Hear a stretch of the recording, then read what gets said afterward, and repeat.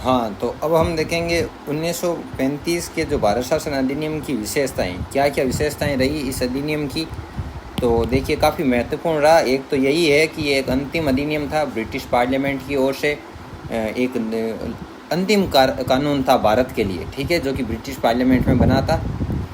तो क्या थी, अखिल भारतीय संघ की स्थापना की गई थी इसमें, अखिल भारतीय संघ की स्थापना, जिसमें अखिल भारतीय संघ में क्या क्या होंगे। एक तो होंगे 11 ब्रिटिश प्रांत, 6 होंगे आपके चीफ कमिश्नरी प्रांत और देसी रियासतों से मिलकर होना था। क्या होंगे, 11 तो होंगे आपके ब्रिटिश प्रांत प्लस 6 चीफ कमिश्नरी प्रांत और बाकी की देसी रियासतें, ठीक है, देसी रियासतें, इन सब से मिलकर किसका निर्माण होना था, अखिल भारतीय संघ का निर्माण होना था। ऐसा किस में प्रस्तावित था, ऐसा प्रस्तावित था आपके इस 1935 के जो भारत शासन अधिनियम है, इसमें इस प्रकार का प्रस्ताव किया गया था।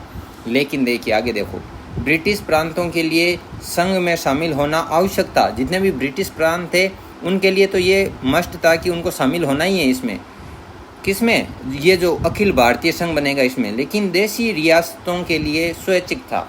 जितनी भी देसी रियासतें थी ये अगर चाहे तो शामिल हो सकते, वरना नहीं हो सकती। यह प्रस्ताव मूर्त रूप नहीं ले सकता, मतलब कि असफल रहा, ये इसको सिस्टम में लागू ही नहीं किया गया, इस प्रकार की कोई भी व्यवस्था बनी नहीं, ठीक है। तो पहली विशेषता तो इसकी ये थी कि इसमें अखिल भारतीय संघ का निर्माण या स्थापना होना तय किया था उन्होंने, बस ये चीज़ ध्यान रखना। अब देखिए हर बार की तरह मैं बोलता हूँ, वेरी वेरी इम्पोर्टेंट है, ये जो 1990 का है और ये जो 1935 का है, दोनों ही जो एक्ट हैं इन्होंने क्या किया, द्वैत शासन पर जोर दिया। 1919 वाले ने क्या बोला कि प्रांतों में द्वैत शासन लागू होगा, प्रांतों में द्वैत शासन लागू होगा। और द्वैत शासन में क्या, आधे तो विषय हस्तांतरित विषय की कैटेगरी में और आधे विषय रक्षित विषयों की कैटेगरी में डाल दिए, द्वैत शासन हो गया। लेकिन 1935 वाला ये जो एक्ट है ये कहता प्रांतों में द्वैत शासन को इसके तहत समाप्त किया गया। और हम आगे पढ़ेंगे कि इसके तहत केंद्र में द्वैत शासन लागू किया गया था। तो ये जितना इम्पोर्टेंट हो सके उतना इम्पोर्टेंट फैक्ट है, जेब में डाल लेना याद करने के बाद, पर्ची नहीं डालनी। और देखिए तीसरी विशेषता क्या थी, प्रांतीय स्वायत्तता लागू करना। स्वायत्तता मतलब सेल्फ डिपेंड, मतलब कि प्रांतों को भाई खुली छूट देनी चाहिए कि प्रांत खुद के लिए खुद से कानून बना सके, अन्य जो भी कार्रवाइयाँ हैं वो खुद के मतलब कि खुद जिम्मेदार हो उसकी कानून बनाने के लिए, उस पर अंतिम निर्णय लेने के लिए। तो ये 1 अप्रैल 1937 की बात है। तो हुआ क्या था, प्रांतीय विषयों पर विधि मतलब कि कानून बनाने का अधिकार प्रांतों को दिया गया। किस एक्ट के तहत दिया गया, तो ये 1935 का जो भारत शासन अधिनियम है उसके तहत। केंद्र का नियंत्रण उनसे समाप्त हो गया, केंद्र इसमें इंटरफेयर नहीं करेगा, वो खुद ही कानून बनाएंगे और खुद ही उस पर अंतिम निर्णय लेंगे, ठीक है। आगे देखिए, केंद्र में द्वैत शासन, आ गई वो बात, वेरी वेरी इंपॉर्टेंट। केंद्र में द्वैत शासन, केंद्रीय प्रशासन के विषयों को रक्षित पहला और दूसरा हस्तांतरित, मतलब कि आधे विषयों को रक्षित की कैटेगरी में, जितने भी विषय हैं उसमें आधों को इन्होंने बोला कि ये रक्षित की कैटेगरी में है, आधों को हस्तांतरित की कैटेगरी में। हस्तांतरित में वो आ गए चिकित्सा शिक्षा इस प्रकार के, और इसमें आ गए रक्षित में वो न्यायालय सैन्य इस प्रकार के। तो वो आप सब पढ़ चुके हो 1919 वाले में, उसमें पढ़ चुके हो आप। तो पढ़ते हैं आगे, हस्तांतरित विषयों में वर्गीकृत किया गया, तो हो गया आपका द्वैत शासन। किस एक्ट में, 1935 वाले में। प्रांतों में तो द्वैत शासन लागू किया गया, केंद्र में द्वैत शासन लागू किया गया और प्रांतों में समाप्त किया गया। क्या समाप्त किया गया था, द्वैत शासन। ऑलराइट, आगे चले। रक्षित विषयों का प्रशासन गवर्नर जनरल अपनी परिषद की सहायता से करता था। रक्षित विषय मैंने आपको बता दिया था, सैन्य न्याय इन सभी से संबंधित उनका वर्गीकरण बहुत अच्छे से हम पहले पढ़ चुके हैं। तथा अपने कार्यों के लिए भारत सचिव के माध्यम से ब्रिटिश सरकार के प्रति उत्तरदायी था। वही बात आ गई, अंतिम जो निर्णय अभी तक कौन करेगा, ब्रिटिश सम्राट करेगा। मतलब सत्ता आप घूम फिर के सत्ता का केंद्र बिंदु कौन है, ब्रिटिश सम्राट। तो हम किसके अधीन, ब्रिटिश सम्राट के अधीन। वही बात थी कि ये जो गवर्नर जनरल था, ये गवर्नर जनरल अपने कार्यों के लिए भारत सचिव के माध्यम से, भारत सचिव भी कौन होता था? वही एक अंग्रेज होता था। कहाँ पर बैठता था? ब्रिटिश पार्लियामेंट में बैठता था। तो आप समझ गए होंगे ये कि उसके माध्यम से ये ब्रिटिश सरकार के प्रति उत्तरदायी होता था। आगे देखिए, हस्तांतरित विषय, ये जो चिकित्सा वाले, शिक्षा वाले, ये का प्रशासन गवर्नर जनरल अपनी मंत्री परिषद की सहायता से करता था, जो कि विधानसभा के प्रति उत्तरदायी थी। इस गवर्नर जनरल की जो ये थी आपके मंत्री परिषद, ये किसके प्रति उत्तरदायी थी अपने कार्यों को लेकर? ये थी आपके इस विधानसभा के प्रति उत्तरदायी थी। इस प्रकार केंद्रीय कार्यकारिणी के 2 भाग थे। कौन कौन से 2 भाग? अभी पढ़ें। पहला, गवर्नर जनरल व उसकी परिषद, और दूसरा था गवर्नर जनरल व उसकी मंत्री परिषद, जो कि इसको मंत्री परिषद क्या कार्य करती थी? हस्तांतरित विषयों पर इसको सलाह देती थी। किसको देती थी? गवर्नर जनरल को। आगे चलते हैं। ये 5वां इसमें प्रावधान किया गया था 1935 वाले में कि संघीय न्यायालय की स्थापना की जाए। संघीय न्यायालय इंग्लिश में बोलते हैं फेडरल कोर्ट। फेडरल कोर्ट क्या कुछ है देख लेते हैं। 1 अक्टूबर 1937 से कार्यरत दिल्ली में। सीधा छपने वाला क्वेश्चन है, छपने वाला प्रश्न, ठीक है। फेडरल कोर्ट की स्थापना 1 अक्टूबर 1937 में। एक मुख्य न्यायाधीश होगा इसमें। फेडरल कोर्ट में अधिकतम 6 न्यायाधीश हो सकते हैं। एक मुख्य न्यायाधीश और 5 अन्य न्यायाधीश। नियुक्ति कौन करेगा? आपका सम्राट करेगा, ठीक है। इनकी नियुक्ति सम्राट करेगा, सम्राट इनको बर्खास्त करेगा। इस प्रकार की उन्होंने योजना बना दी। अब देखिए, इस न्यायालय के निर्णयों के विरुद्ध अपील प्रीवी काउंसिल, अभी बात करेंगे इस पर, में की जा सकती थी। क्या थी प्रीवी काउंसिल? प्रीवी काउंसिल कुछ नहीं था, ये एक तरह का उन्होंने ऐसा नमूना तैयार किया, जैसे कि समझो ज़्यादा कोर्ट कर रहे थे भारत वाले, ये खड़ा कर दिया कोर्ट संघीय न्यायालय की, ठीक है। अब तो लेकिन इसके जो अंतिम निर्णय या निर्णयों के विरुद्ध, मान लो कि अंग्रेजों के खिलाफ इन्होंने कुछ विरुद्ध कर दिया, तो ये आपके वहीं पे इंग्लैंड में, ब्रिटेन में स्थापित की गई थी। सदस्य कौन थे इसके? अंग्रेज थे। और मज़े वाली बात देखो, इसमें जो सदस्यों की नियुक्ति कौन करता था? वही आपका सम्राट करता था। मतलब समझ गए आप, सम्राट प्रीवी काउंसिल में अपने जो अंग्रेज लोग हैं उनकी नियुक्ति करेगा, और वही इस संघीय न्यायालय के विरुद्ध जो भी कार्रवाई होगी उसको हैंडल करेंगे। तो कुल मिला के वो जो मूल शक्ति का केंद्र है वो खुद ब्रिटिश अपने हाथ में उसको रखना चाहते थे, ठीक है। तो आगे पढ़ते हैं। ये भी इम्पोर्टेंट फैक्ट है कि ये जो संघीय न्यायालय था, इसका जो प्रथम मुख्य सचिव था वो था सर मॉरिस गवेयर। तो इसका ध्यान रख लेना। बाकी 2 भारतीय भी थे इसमें, M.R. जैकब और M.S. सुल्तान, ये 2 भारतीय सदस्य थे। और सर मॉरिस गवेयर, ये कौन थे? गवेयर, ये आपके इसके प्रथम मुख्य न्यायाधीश थे संघीय न्यायालय के। ये संघीय न्यायालय की स्थापना दिल्ली में हुई थी, 1 अक्टूबर 1937 को हुई थी। All clear? आगे चलो। शक्तियों का विभाजन किस प्रकार से किया गया था? जितनी भी अलग अलग फील्ड में जो कार्य थे, इस प्रकार से कि संघ सूची, मतलब कि ऐसे विषय जिन पर निर्णय कौन लेगा? जिन पर निर्णय लेगा आपका केंद्र सरकार, ठीक है, उसे बोलते हैं संघ सूची। कितने विषय रखे गए? 59 विषय रखे गए। 59 ये ऐसे विषय हैं जिन पर निर्णय कौन लेगा? यहाँ पर ये लेंगे आपके केंद्र सरकार। आगे है प्रांतीय विषय, जिन्हें हम प्रांतीय सूची, जिसे हम राज्य सूची भी बोलते हैं। इन पर कौन लेगी? राज्य सरकार फैसले लेगी। ऑलराइट। कितने विषय रखे गए इसके अंतर्गत? तो 54 विषय इसके अंतर्गत रखे गए। अब है ये समवर्ती सूची, इन दोनों का ही पार्ट, मतलब कि इसमें 36 विषय रखे गए थे। इस पर फैसले कौन लेगी? केंद्र व राज्य सरकार, दोनों का हक है इस पर, ठीक है। तो ये आपको चीज़ें ध्यान में रखनी है। और जो अवशिष्ट विषय है उस पर कौन फैसले ले लेगा? उस पर आपका गवर्नर वायसराय इस पर फैसले लेगा, ठीक है। अवशिष्ट विषय मतलब क्या? मैंने आपको ये CS पढ़ाया था, चीफ सेक्रेटरी, तो उसको अवशिष्ट वसीयतदार की संज्ञा दी गई थी। एक ऐसे विषय जो न तो संघ सूची के विषय में आते हो, न ही प्रांतीय सूची के विषय का कोई विषय हो और न ही समवर्ती सूची का कोई विषय हो, तो वो जो अवशिष्ट बच गया वो आएगा आपके वायसराय के पास। तो अवशिष्ट विषयों पर अंतिम निर्णय वायसराय। ऑल राइट, आगे चलें। सातवीं क्या विशेषता थी इस 1935 के इस अधिनियम की? 11 प्रांतों में विधानसभा का गठन किया गया। 11 जो प्रांत थे उनमें विधानसभा का गठन किया गया इस एक्ट के तहत। 6 प्रांतों में द्विसदनीय विधान मंडल की स्थापना की गई थी। विधान मंडलों में 2-2 सदन थे, विधानसभा एक वो उसकी परिषद। किन किन में? बिहार नंबर 1-2 पर, बंगाल में, असम, संयुक्त प्रांत में, बम्बई में और मद्रास में। इनमें क्या किया गया था? द्विसदनीय विधान मंडल की स्थापना की गई थी। उच्च सदन जिसे विधान परिषद बोलते हैं, आपको पता ही है, स्थायी सदन है, और निम्न सदन विधानसभा थी, ये स्थायी सदन है, आपको पता है ये सब चीज़ें।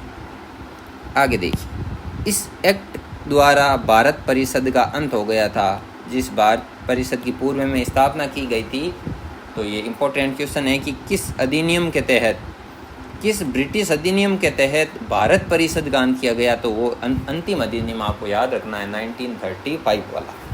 आगे देखो, 9वीं क्या विशेषता रही इसकी? 1937 का विधानसभा चुनाव इस अधिनियम के लागू होने के फलस्वरूप हुए। 1937 में जो विधानसभा चुनाव है वो ये जब लागू हुआ था 1935 वाला अधिनियम, इसी के परिणाम स्वरूप हुए थे। 10वीं विशेषता है, बर्मा को भारत से अलग कर दिया गया 1935 में लागू होते ही। तो इसको मैं एक रेड बॉक्स में बंद करूँगा, ये रेड तो नहीं है, कोई बात नहीं, ठीक है, येलो, इसको रेड बना। अब देखिए 11वीं क्या इसकी खासियत रही? 2 नए प्रांत उड़ीसा व सिंध का निर्माण। ये जितने भी लाइन है ना, ये पॉइंट मतलब आप समझ लो ये क्वेश्चन है छपने वाले, 2-2 नंबर पड़े हैं और आपको सिर्फ इनको उठाकर जेब में डालना है, मतलब मेरे कहने का मतलब खोपड़ी में डालना है। 2 नए प्रांत उड़ीसा और सिंध, इनका निर्माण भी इस 1935 वाले एक्ट के तहत किए गए। और ये देखो, ये आगे भारतीय रिजर्व बैंक की स्थापना 1 अप्रैल 1935 को की गई थी। किस एक्ट के तहत? 1935 वाले में। बार बार इसलिए बोल रहा हूँ ताकि आपकी खोपड़ी में ये फिट हो जाए एकदम स्थायी तरीके से, ठीक है। भारतीय रिजर्व बैंक की स्थापना 1 अप्रैल 1935 को हुई थी। आगे देखिए, अगली विशेषता क्या रही इसकी? केंद्रीय विधानमंडल में सदस्यों की संख्या बढ़ाई गई इस एक्ट के तहत। और सदस्य संख्या किस प्रकार से? विधानसभा में क्या हुआ था परिवर्तन, देख लेते हैं। निम्न सदन, इसमें थे 375 मेंबर, जिसमें से ये आपके 250 सदस्य थे वो ब्रिटिश प्रांतों के प्रतिनिधि थे। 250 मेंबर्स थे ब्रिटिश प्रांतों के प्रतिनिधि और 125 थे देसी रियासतों के प्रतिनिधि। तो ये दोनों जुड़कर प्लस कितने हो गई? 375 मेंबर, ठीक है। ये थे आपके विधानसभा में। बात कर लेते हैं राज्य परिषद की, जो कि उच्च सदन है, स्थायी सदन है। उसमें थे आपके 260 सदस्य थे। अब 260 सदस्यों में से 156 थे आपके ब्रिटिश प्रांत से और ये 104 सदस्य थे देसी रियासतों से। तो ये मिलकर हो गए आपके 260 मेंबर। तो इस प्रकार से कुछ सदस्यों का बंटवारा था। इतने सदस्य थे ब्रिटिश प्रांतों से, देसी रियासतों से, विधानसभा में इतने थे, राज्य परिषद में इतने थे। तो ये आपको मोटा मोटा इसमें ध्यान में रखना है, ठीक है दोस्तों। All clear? चलें आगे। अब देखो, अब आता है वापस से छपने वाले फैक्ट। आपको पता चल गया होगा कि नोट्स में केवल एग्ज़ाम पॉइंट ऑफ व्यू से केवल मक्खन है और कुछ भी नहीं है। बाकी फालतू बकवास, ज़्यादा ज्ञान की बातें कुछ भी नहीं है, ये हम मानते हैं।